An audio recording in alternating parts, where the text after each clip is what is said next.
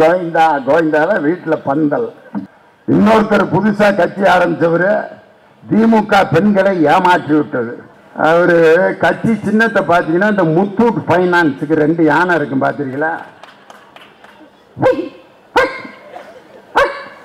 Muthoot finance அங்க இருந்து கத்தி அடிச்ச சின்னம். சிங்க பெண்ணே சிங்க பெண்ணே ஆணினே உன்னை வணங்குமே. சினிமாவில் வேணா நீங்க சிங்க பெண்களை உருவாக்கலாம், ஆனால் நிஜ வாழ்க்கையில் சிங்க பெண்களை உருவாக்கிய ஆட்சி நம் திராவிட மாடல் ஆட்சி. திமுக வந்து பெண்களை ஏமாற்றுகிறதுன்னு என்ன வார்த்தையை வச்சு சொல்றாரு ஐயா? தம்பி, what bro, it is not wrong bro, it is worst bro. அவ்வளவுதான், முடிஞ்சு கதை. Short camera rolling action. சினிமாவில் வசனம் சரியில்லைன்னா 1 more 2 more 3 more கூட எடுக்கலாம். அரசியல் 1 more கிடையாது, 2 more கிடையாது. பேசுனா பேசுனதுதான். கரெக்டு. நடுவில் கொஞ்சம் பக்கத்தை காண. மும்மொழி கொள்கை மும்மொழி கொள்கை. கீழே உட்காந்துருக்கீங்களா? தலைவருக்கே மும்மொழி கொள்கைன்னா என்னன்னு தெரியல. நான் என்னத்தை சொல்ல, வேற உதாரணம் சொன்னேன். அதான் 26 கேமரா இருக்கு, என்னத்தையாவது போட்டு விட்டுருவாங்க. விஜயை அடித்து நொறுக்கிய லியோனி அதைத்தான் போடுவாங்க. வெளுத்து வாங்கிய லியோனி, அண்ணாமலையை பொழந்து கட்டிய லியோனி. திமுக பெண்களை ஏமாற்றுகிறது என்று சொல்லி இன்று இப்படி ஒரு 3 குரூப்புகளுக்கு இடையில தான் நம்ம தலைவர் ஆட்சி நடத்திட்டு இருக்காரு.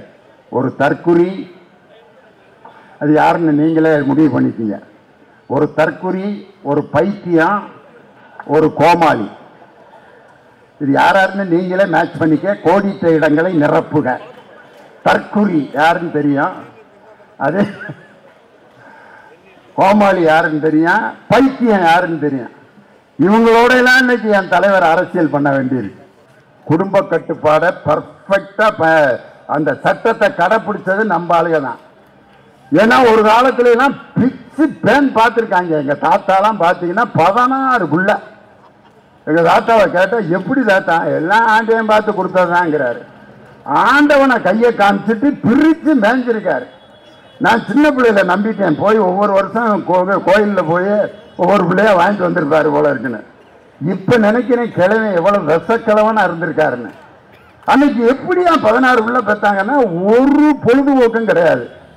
டிவி கிடையாது, மொபைல் போன் கிடையாது, சினிமா கிடையாது, லியோனி பட்டிமன்றம் கிடையாது, ஒன்றும் இல்லை. என்னதான் செய்வாரு? கல்யாணம் முடிச்சு கிளவியை உட்கார வச்சு எவ்வளவு நேரம் வேடிக்கை பார்த்துக்கிட்டு இருக்கிறது. எப்படியே பார்ப்பாரு. சாப்பிட்டியா அப்படின்னு கேட்டாரு. எங்க பெரியப்பா பிறந்துட்டாரு. இங்கதான் உட்காந்துருக்கியான்னாரு. எங்க அத்தை பிறந்துருச்சு. அப்புறம் எங்க அப்பா பிறந்தாரு. கரண்ட் கட்டாச்சு, எங்க சின்னத்தை பிறந்துச்சு. இப்படித்தான் 16 பிரிச்சிருக்கேன். எங்க பாட்டியை கேட்டா எப்படி பாட்டி 16 பிள்ளைன்னா அது சொல்லுது பூரா நான் பெற்றது என்ன கடையிலே போய் வாங்க முடியும்ட்டு.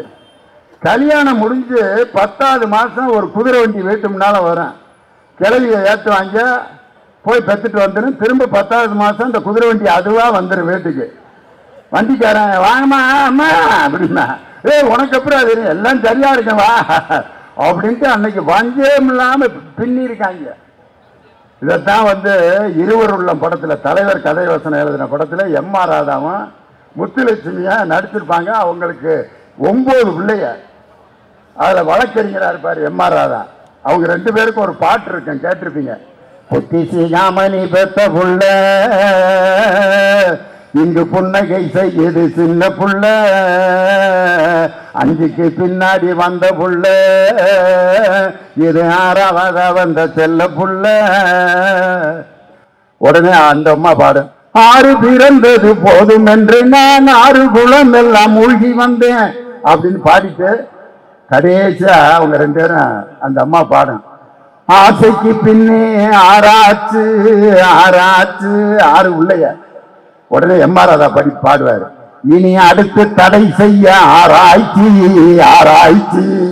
உடனே அந்த அம்மா, நாம ஆசையுடன் பேசி நாளாச்சு, ஆபத்து அங்கேதான் உருவாச்சு, ஆபத்து அங்கேதான் உருவாச்சு, ஐயையோ ஐயையோ ஆராரோ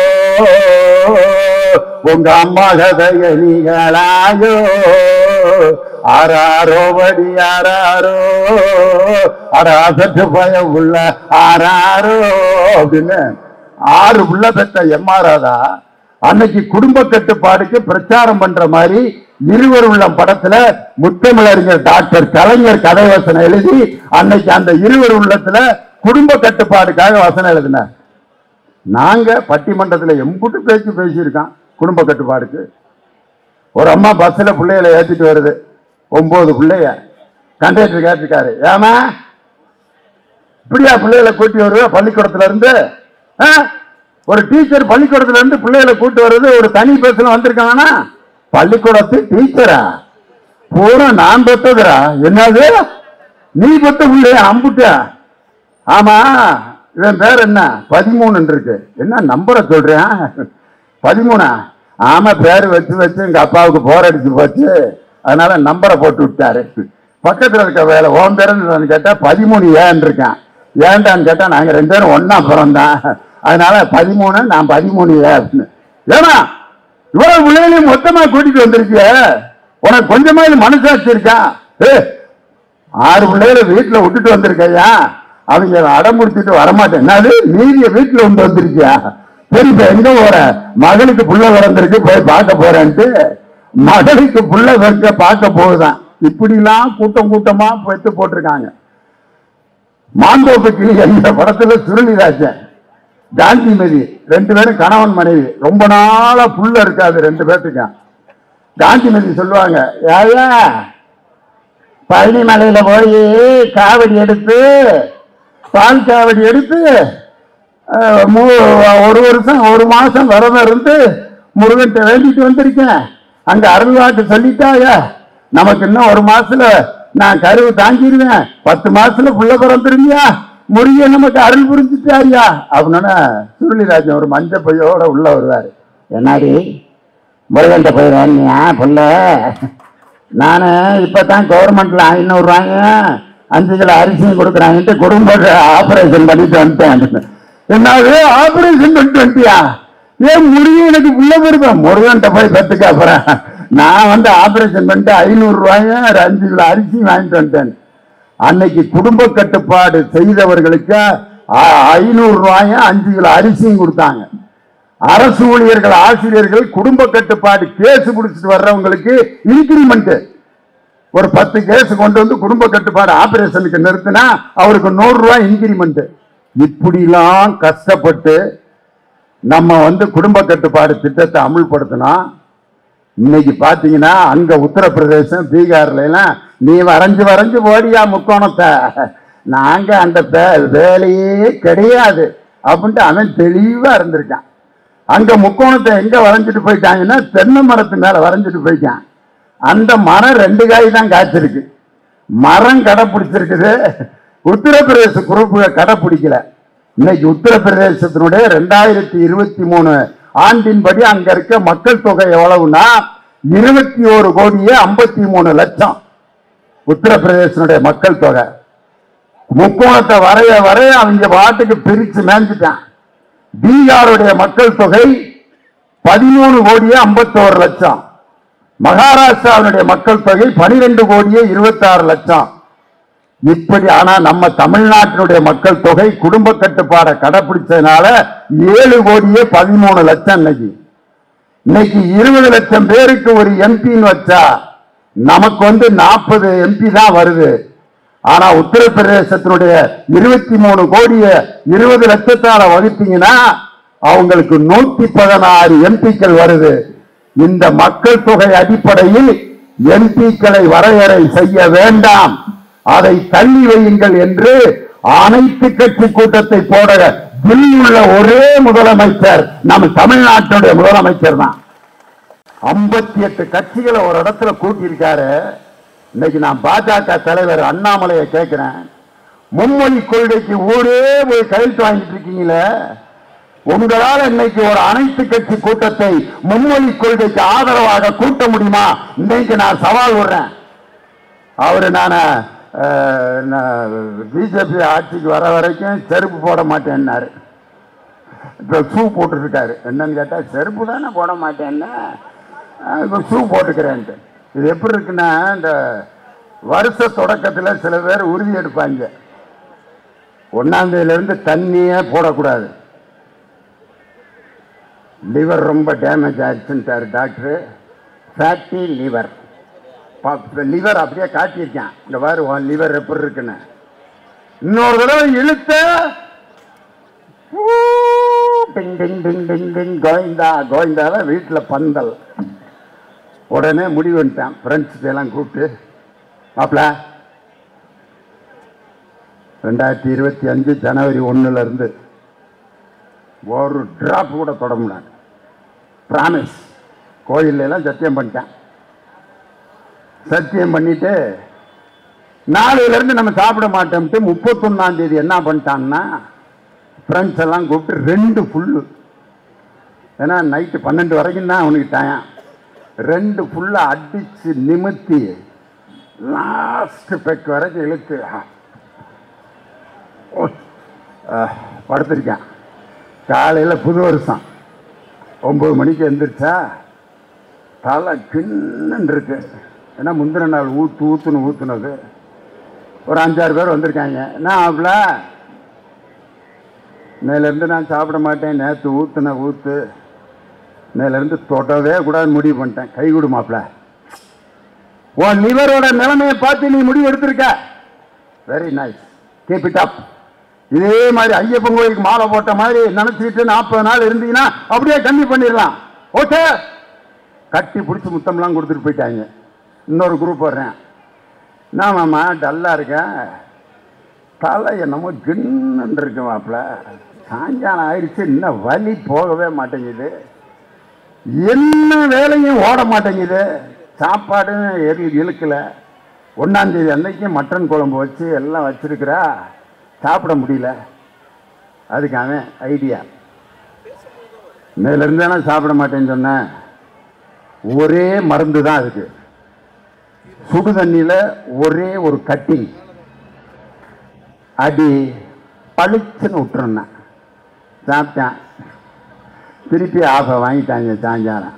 திருப்பி 2025 பூரா அடிச்சுட்டு திரிஞ்சு சாக்கடையில் விழுந்து கிடக்குது. பிஜேபி அண்ணாமலை அவர்களே, நீங்க வாழ்நாள் முழுவதும் செருப்பே போட முடியாது. காரணம், பிஜேபி தமிழ்நாட்டில் ஒரு கவுன்சிலர் சீட்ல கூட ஜெயிக்க முடியாது.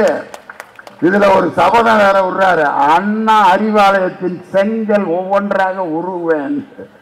இன்னைக்கு நான் அந்த விருகம்பாக்கம் வீரமிக்க மண்ணில இருந்து சொல்றேன், அண்ணா அறிவாலயத்தில் முளைத்திருக்கும் ஒரு புல்லின் வேரை கூட உங்களால் புடுங்க முடியாத. காரணம் என்னன்னா, தொண்டர்களின் தியாகத்தாலும் உழைப்பாலும் உருவாக்கப்பட்ட ஒரு அற்புதமான ஒரு கோயில் தான் அண்ணா அறிவாலயம். அதுல இருக்கிற செங்கலை உருகிற கொத்தனாரா நீங்க? இன்னொருத்தர் புதுசா கட்சி ஆரம்பிச்சவரு திமுக பெண்களை ஏமாற்றி விட்டது. ஐயோ ஐயோ, அவரு கட்சி சின்னத்தை பார்த்தீங்கன்னா இந்த முத்தூட் பைனான்ஸுக்கு 2 யானை இருக்கும், பார்த்தீங்களா? முத்தூட் பைனான்ஸ் அங்கிருந்து கத்தி அடிச்ச சின்னம். அவர் பிஜேபியோட சி டீம் அப்படின்னு ஏற்கனவே எங்க அண்ணன் ரகுபதி அமைச்சர் சொல்லிட்டாரு. பிஜேபியோட சி டீம் தான் அந்த புது கட்சி. எதை வச்சு சொல்றீங்க அப்படின்னு கேட்டா, இன்னைக்கு ஒய் பாதுகாப்பு 14ஆம் தேதியிலிருந்து கொடுக்குறாங்க. திமுகவை எதிர்க்கிற ஒரு வேலை தான், எங்களை எதிர்க்கிற மாதிரி ஆக்ட் கொடு, மிச்சத்தெல்லாம் நாங்கள் பார்த்துக்கிறோம். பிஜேபி சி டீம் அவரு பெண்களை திராவிட முன்னேற்ற கழகம் ஏமாற்றி விட்டது அப்படின்னு சொல்றார். இன்னைக்கு நான் கேட்கிறேன், அவர் படத்தில் இருக்கிற ஒரு பாட்டை போட்டு, சிங்கப்பெண்ணே சிங்கப்பெண்ணே ஆணினே உன்னை வணங்குமே, நன்றி கடன் செய்வதற்கே கருவிலே உன்னை ஏந்துமே, ஒரு முறை தலை கோணி ஏறி ஏறி ஏறி இமயத்தில் நீ ஏறி, உன்னை பெண்ணென்று கேலி செய்த கூட்டம் ஒரு நாள் உன்னை வணங்கிடும் உயர்ந்து நெல்லு.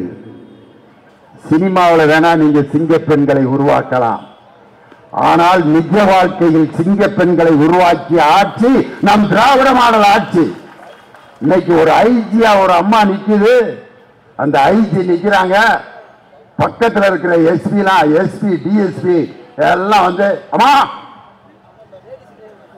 போமேன் பாவ் எஸ் ஓகே மேடம் சரிதான் இல்லையா? இந்த சிங்க பெண்களை உருவாக்கிய ஜிஓல பெண்களும் காவல்துறையில் பங்கேற்கலாம் என்ற ஜிஓல கையெழுத்து போட்டவர் என் தானை தலைவர் டாக்டர் கலைஞர். திமுக வந்து பெண்களை ஏமாற்றுகிறதுன்னு என்ன வார்த்தையை வச்சு சொல்றாரு? ஐயோ ஐயோ ஐயா தம்பி, what bro, it is not wrong bro, it is worst bro. அவ்வளவுதான், முடிஞ்சு கதை. ஒஸ்ட் காரணம் என்னன்னா, சினிமாவில் ஒரு டயலாக் பேசிட்டா, நானும் நடிச்சிருக்கேன் ஒரு படத்தில், டயலாக் வந்து சொல்லி கொடுப்பாங்க. அம்மா உங்களை பார்த்து பல ஆண்டுகள் ஆகிவிட்டது, உடனே நீங்கள் உடனே வரவும் அப்படின்னு எழுத்தாப்புல இருக்கவங்கிட்ட சொல்லுங்க. சரிங்க அசிஸ்டன்ட் டைரக்டர். அம்மா உங்களை பார்த்து பல ஆண்டுகள் ஆகிவிட்டது, உடனே புறப்பட்டு வாருங்கள். Director cut cut cut cut cut one more. அம்மா உங்களை பார்த்து பல ஆண்டுகள் ஆகிவிட்டது, உடனே புறப்பட்டு வாருங்கள். அப்படி சொல்லுங்க சார். சரிங்க சார். Camera rolling action. அம்மா உங்களை பார்த்து பல ஆண்டுகள் ஆகிவிட்டது, உடனே cut cut cut cut cut one more. சினிமாவில் வசனம் சரியில்லைன்னா 1 மோர் 2 மோர் 3 மோர் கூட எடுக்கலாம். அரசியல் 1 மோரும் கிடையாது 2 மோரும் கிடையாது. பேசுனா பேசுனதுதான். எழுதி வச்சுக்கிட்டு மும்மொழி கொள்கை.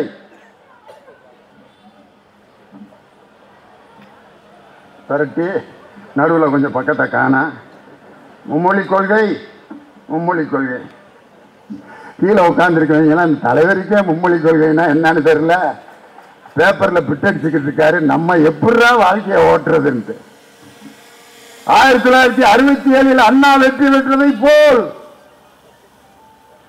அண்ணா 1967 வெற்றி பெறுறதுக்கு 49 கட்சி ஆரம்பித்து மேடை தோறும் தமிழ் முழக்கம் செய்து இது போன்ற மேடைகளை பல்கலைக்கழகமாக மாற்றி பேசிய பேரறிஞர் அண்ணா 49 கட்சி ஆரம்பித்து 67 ஆட்சியை பிடிச்சார். இந்த குரூப் உடனே நான் என்னத்தை சொல்ல, வேற உதாரணம் சொன்னா 26 கேமரா இருக்கு, என்னத்தையாவது போட்டு விட்டுருவாங்க. ஏன்னா நான் நல்ல கருத்து இந்த அம்பேத்கரை பற்றிலாம் சொன்னேன், அதெல்லாம் போட மாட்டாங்க. விஜயை அடித்து நொறுக்கிய லியோனி அதைத்தான் போடுவாங்க. வெளுத்து வாங்கிய லியோனி, அண்ணாமலையை பொழந்து கட்டிய லியோனி அப்படித்தான் போடுவாங்க. என்ன பண்றது? இருந்தாலும் இன்னைக்கு நம்ம வாழ்க்கையில என் தானை தலைவர் டாக்டர் கலைஞருடைய அந்த ஆட்சி காலத்தில் பெண்களுக்கு கொடுக்கப்பட்ட உரிமைகள் 1929ஆம் ஆண்டு செங்கல்பட்டு மாநாட்டிலே தந்தை பெரியார் உருவாக்கிய சொத்துரிமையை சட்டமாக்கி அதை நடைமுறைப்படுத்தியவர் நம் முத்துவேல் கருணாநிதி ஸ்டாலின் என்ற நம் தமிழ்நாடு திராவிட மாடல் முதலமைச்சர். அதை விடுங்க, சின்ன சின்ன விஷயங்கள்ல எவ்வளவு பேர் பெண்களுடைய மனசை தொட்டிருக்காரு. எத்தனை விஷயம்.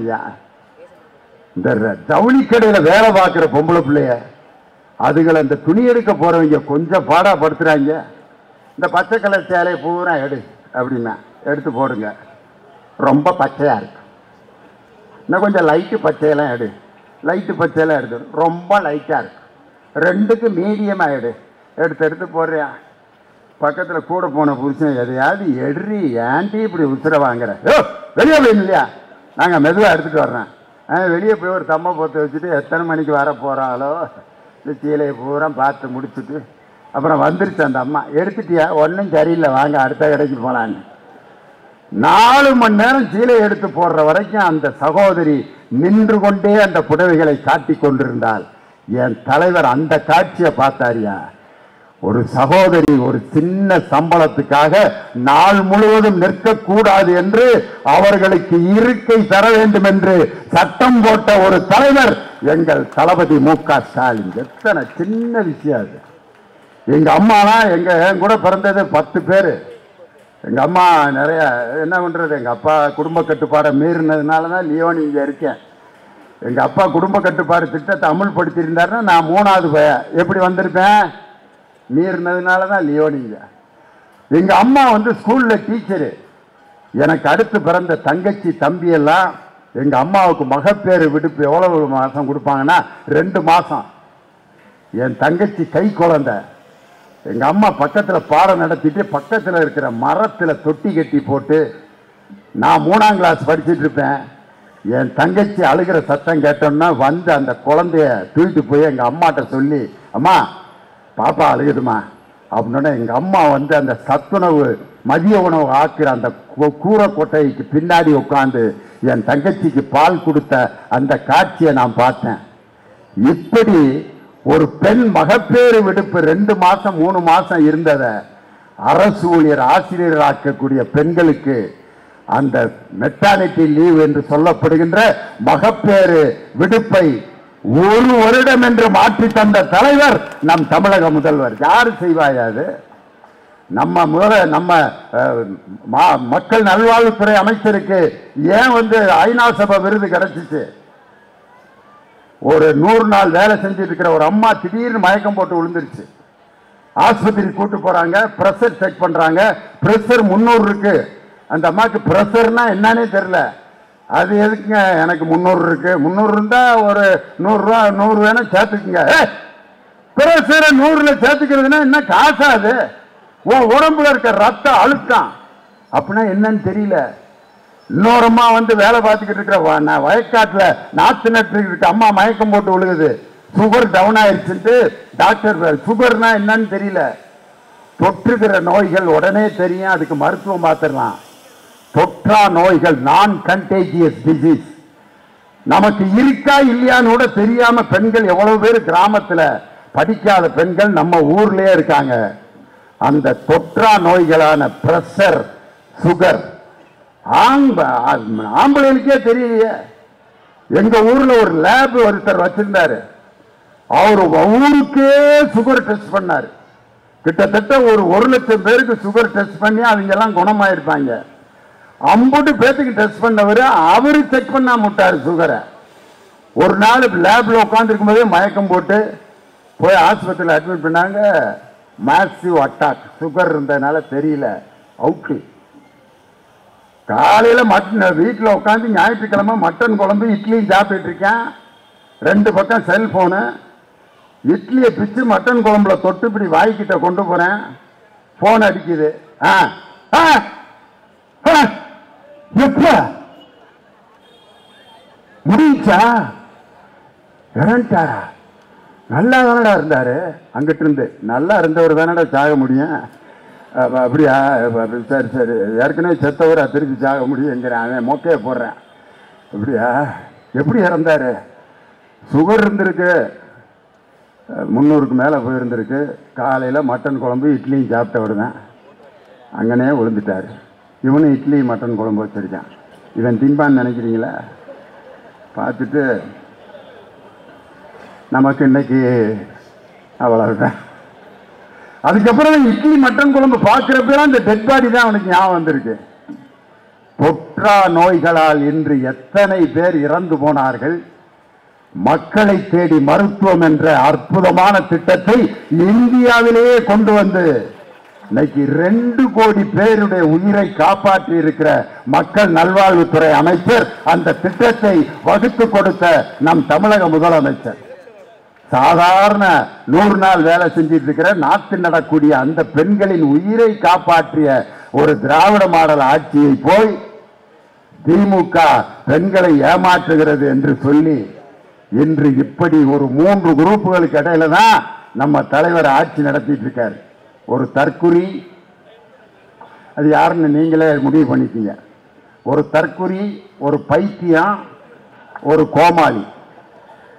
இது யாருன்னு நீங்களே மேட்ச் பண்ணிக்க. கோடிட்ட இடங்களை நிரப்புக. தற்குறி யாருன்னு தெரியும், அது கோமாளி யாருன்னு தெரியும், பைத்தியம் யாருன்னு தெரியும். இவங்களோட எல்லாம் இன்னைக்கு என் தலைவர் அரசியல் பண்ண வேண்டியிருக்கு. இன்று என் தலைவர் கூட்டிய அந்த அனைத்து கட்சி கூட்டம் மட்டும் இல்ல, தங்களுடைய தூதுவர்களை ஒவ்வொரு மாநிலத்திற்கும் இன்று அனுப்பி இந்திய மக்கள் அனைவருக்கும் இந்த தொகுதி சீரமைப்பில் இருந்து அனைவருக்கும் சரியான பிரதிநிதித்துவம் கிடைப்பதற்கு இந்திய மக்கள் அனைவருக்குமாக உழைத்துக் கொண்டிருக்கக்கூடிய தலைவர் நம் திராவிட மாடல் முதலமைச்சர். அதுக்கு ஒரே ஒரு எடுத்துக்காட்டு, இன்று அவரால் உருவாக்கப்பட்ட அந்த மகளிர் உரிமை தொகை என்ற திட்டம் 10 மாநிலங்களில் 11 கோடி பெண்கள் இன்னைக்கு பயன்பெறுகிறார்கள் என்று சொன்னால் அதை தொடக்கி வைத்த தலைவர் நம் திராவிட மாடல் முதலமைச்சர். காலை சிற்றுண்டி திட்டத்தை தொடங்கி வச்சாரு. கனடா நாட்டிலும் லண்டனிலும் அவருடைய திட்டத்தை இன்னைக்கு பின்பற்றுகிறார்கள் என்றால் உலகம் முழுவதும் தனது சேவையால் தனது அரசியல் திறத்தால் பெயர் வாங்கி கொண்டிருக்கக்கூடிய ஒரு தலைவர். 2 மொழிங்கிறது வெளிநாடுகளில் கூட 2 மொழிகள் தான். இன்னைக்கு லண்டன்ல 2 மொழி கொள்கை தான். என்னென்ன மொழி?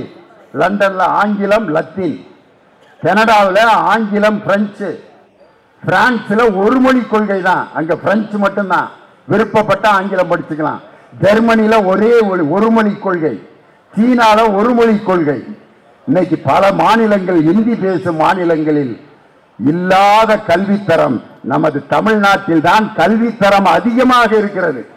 ஹிந்தி பேசும் மாநிலங்களை விட தமிழ்நாட்டினுடைய பள்ளி கல்வித்துறை நம்பர் 1 இடத்தில் இருக்கிறதுன்னு நம்ம சொல்லல, அதே மத்திய அரசின் மனிதவள மேம்பாட்டுத்துறை அறிவித்திருக்கிற அறிவிப்பில் போன மாசம் வெளியிட்ட அறிவிப்பு என்ன தெரியுங்களா?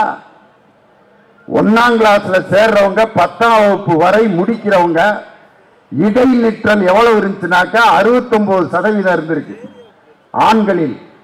பெண்களில் இடைநிற்ற 69% முழுசா படிக்கிறவங்க, 31% இடையில் நின்று போய்விடுகிறார்கள். பெண்களில் 52%, 48% இடையில நின்று போயிடுறாங்க. இது எப்ப? 2009 எடுக்கப்பட்ட கணக்கு. இன்னைக்கு 2024 அந்த இடைநிற்றல் 69% என்பது 100% மாறி இடைநிற்றலே இல்லாத மாநிலம் என்று தமிழ்நாட்டை இன்று பள்ளி கல்வித்துறை உயர்த்தி காட்டி இருக்கிறது. 1ஆம் வகுப்புல சேர்ற குழந்தை 10ஆம் வகுப்பு வரைக்கும் 100% 10ஆம் வகுப்பு முடிக்கிறாங்க அப்படிங்கிற இலக்கை எட்டிய ஒரே மாநிலம் இந்தியாவில் தமிழ்நாடு மட்டும்தான். இதை நம்ம சொல்லல, மனிதவள மேம்பாட்டுத்துறை சொல்லியிருக்கு. இப்படி சாதனை படைத்துக் கொண்டிருக்கக்கூடிய இந்த மாநிலத்தை உயர்கல்வியிலும் பள்ளி கல்வியிலும் முடக்கி யாரும் படிக்கக்கூடாது என்பதற்காக உருவாக்கப்பட்ட கொள்கைதான் புதிய கல்விக் கொள்கை. 5ஆம் வகுப்பு 3ஆம் வகுப்புல கவர்மெண்ட் படிச்சனா அந்த பையன் என்ன செய்வான்? 3ஆம் வகுப்பு படிக்கிற 8 வயசு பையன், அவனுக்கு டவுசரே ஒழுங்கா போட தெரியாது. அவனுக்கு டவுசர் அவங்க அம்மா போட்டுத்தான் சட்டை பட்டெல்லாம் போட்டு விட்டு சாப்பாடு ஊட்டிக்கிட்டு இருக்குது. இன்னைக்கு அவனுக்கு போய் கவர்மெண்ட் பரிசை வச்சா அதை என்னத்துக்கு ஆகும்? 3ஆம் வகுப்புல கவர்மெண்ட் பரிசை, 5ஆம் வகுப்புல கவர்மெண்ட் பரிசை, 8ஆம் வகுப்புல கவர்மெண்ட் பரிசை, 3 பரீட்சையில 3/4 பேர் காலியாகி அம்புட்டு பயில அந்த விஸ்வகர்மா தொழில குலக்கல்வி திட்டத்தில் சேர்த்துட்டு தமிழ்நாடு கல்வியில் முன்னேறிவிடக் கூடாது என்பதற்காக செய்யும் சதி திட்டத்தை முறியடிக்கும் போர்படை தளபதி நம் திராவிட மாடல் முதலமைச்சரின் கரத்தை வலுப்படுத்த மும்மொழி கொள்கை திட்டத்தை ஏற்க மாட்டோம். தேசிய கல்விக் கொள்கையை ஏற்க மாட்டோம். மக்கள் தொகை அடிப்படையில் கொடுக்கப்படும் தொகுதி மறுசீரமைப்பை ஏற்க மாட்டோம் என்று உறுதி பூண்டு அவருடைய போர்படையில் நாமும் அணிவகுத்து செல்வோம் என்று சொல்லி இந்த அற்புதமான பொதுக்கூட்டத்தை ஏற்பாடு செய்த எங்கள் அருமை அண்ணன் மக்கள் நல்வாழ்வுத்துறை அமைச்சர் மாசு அவர்களுடைய வரலாற்றில் 2026 234 தொகுதிகளிலும் வெற்றி பெறுவது போல் அவருடைய மாவட்டத்தில் இருக்கும் அனைத்து தொகுதிகளிலும் திராவிட முன்னேற்ற கழகத்தின் கோட்டையாக மாறும் என்று சொல்லி உங்களிடமிருந்து விடைபெறுகிறேன். நன்றி, வணக்கம். டாக்டர் கலைஞர், திராவிட முன்னேற்ற கழகம், தமிழக முதல்வர் தளபதி ஸ்டாலின், இளைய தலைவர் உதயநிதி ஸ்டாலின், துணை முதல்வர் உதயநிதி ஸ்டாலின்.